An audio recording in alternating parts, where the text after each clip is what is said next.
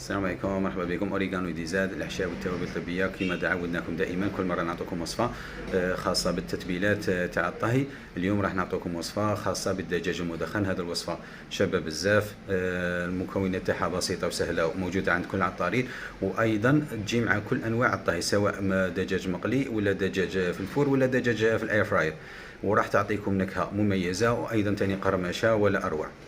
هذه المكونات تبعوا معنا، راح نعطيكم المقادير. المقادير كالاتي: عندنا فلفل مدخن نديرو 2 ملاعق كبار، وعندنا كمون مطحون ايضا ملعقه كبيره، ثم مطحون ملعقه كبيره، وعندنا هذا فلفل حار. هنا نتوما تحكموا في النسبه اللي حابينها، اذا حابين تحروها تزيدوا المقدار، ولا ديروا نصف ملعقه صغيره، نصف ملعقه كبيره عفوا، ملعقه صغيره تاع ملح.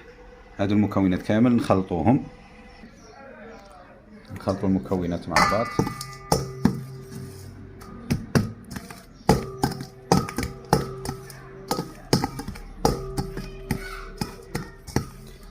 هذه تبغوا تخلوها كيما هكا، بدل تخلطوها بهذا الماء ولا ترحوها تخلطوها في الخلاط.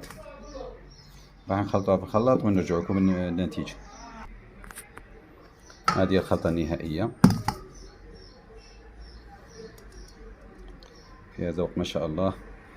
إذا عجبكم الفيديو ديروا لنا جيم وبارطاج. السلام عليكم.